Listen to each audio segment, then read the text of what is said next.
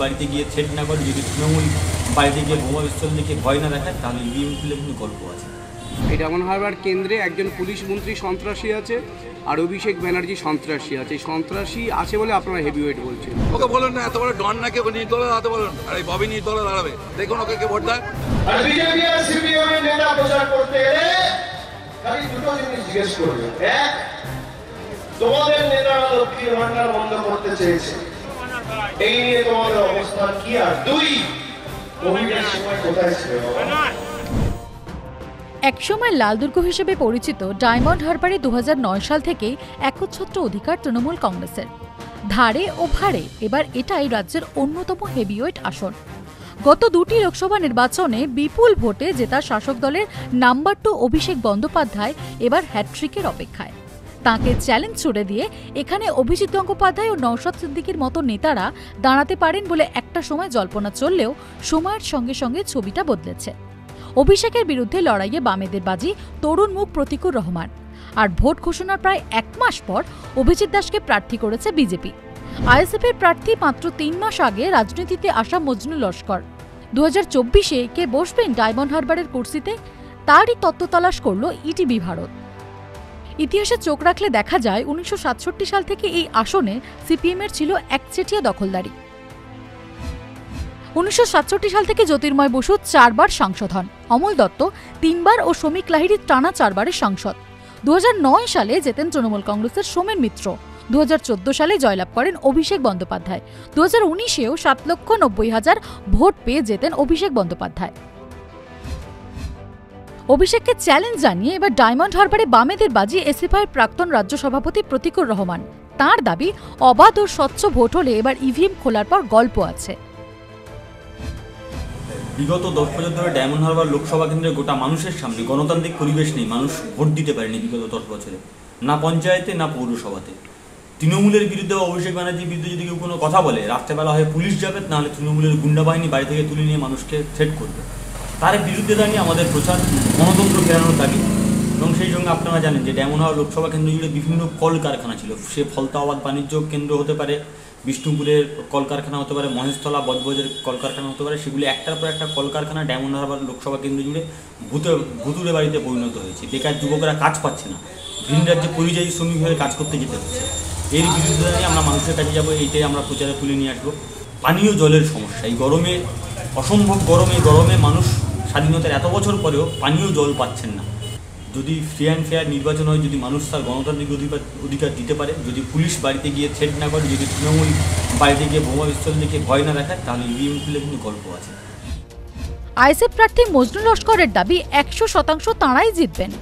তাঁর অভিযোগ, স্বেচ্ছাচারী হিটলারে পরিণত হয়েছেন মমতা বন্দ্যোপাধ্যায়। এখানে 100% জিতবো। আর হেভিওয়েট মানে এই ডায়মন্ড হারবার কেন্দ্রে একজন পুলিশ মন্ত্রী সন্ত্রাসী আছে আর অভিষেক ব্যানার্জি সন্ত্রাসী আছে। এই সন্ত্রাসী আছে বলে আপনারা হেভিওয়েট বলছেন।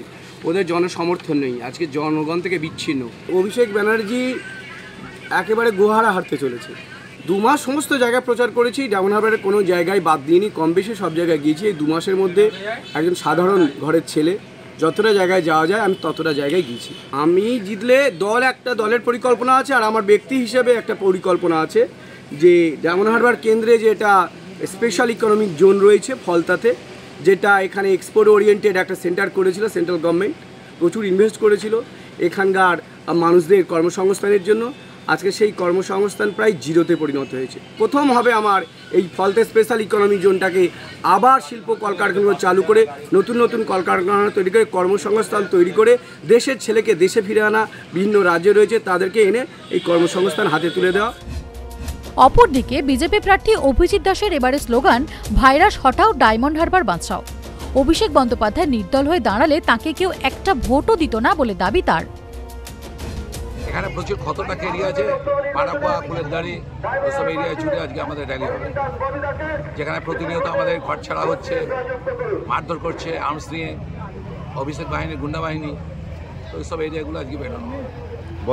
বজবজ মহেশতলা আপনাদের কর্মীদের দেওয়াল লিখতে দিচ্ছে না? এই তো আছে, তো আজকে নতুন কথা না, 10 বছর ধরে জবে থেকে ভাইরাসটা এসছে আমাদের এখানটায়, তবে থেকে হচ্ছেই। এই জন্য তো এবারে আমাদের তৃণমূলের বিরুদ্ধে নয়, সিপিএমের বিরুদ্ধে নয়, কংগ্রেসের বিরুদ্ধে নয়, বিজেপির বিরুদ্ধে নয়, ইলেকশনটা হবে না। ইলেকশন হচ্ছে ভাইরাস হটাও, ডায়মন্ড হারবার বাঁচাও। ওকে বলুন না, এত বড় ডন নাকি, ওকে নির্দলে দাঁড়াতে বলুন, আর এই ববি নির্দলে দাঁড়াবে, দেখুন ওকে কে ভোট দেয়, ওকে বলে প্রার্থী দেবে। ও তো তাহলে পক্সো কেস দিতে সুবিধা হতো, রেপ কেস দিতে, যারা রাজ্যপালকে কেস দিয়ে জড়িয়ে দেয় মেয়েদের কেস, সে কি করতো তার অপোনেন্ট প্রার্থীদের তো বুঝতেই পারছে। তবে জেতা ছাড়া অন্য কিছু ভাবছেন না বিদায়ী সাংসদ অভিষেক বন্দ্যোপাধ্যায়। তাঁর দাবি, সারা বছর এলাকার মানুষের জন্য কাজ করেছেন, মুখ্যমন্ত্রীর কাছে দরবার করে ডায়মন্ড হারবারবাসীর জন্য নানা পরিষেবা এনে দিয়েছেন। আর বিজেপির এমন অবস্থা যে এজেন্ট বসানোর মতো লোকও নেই।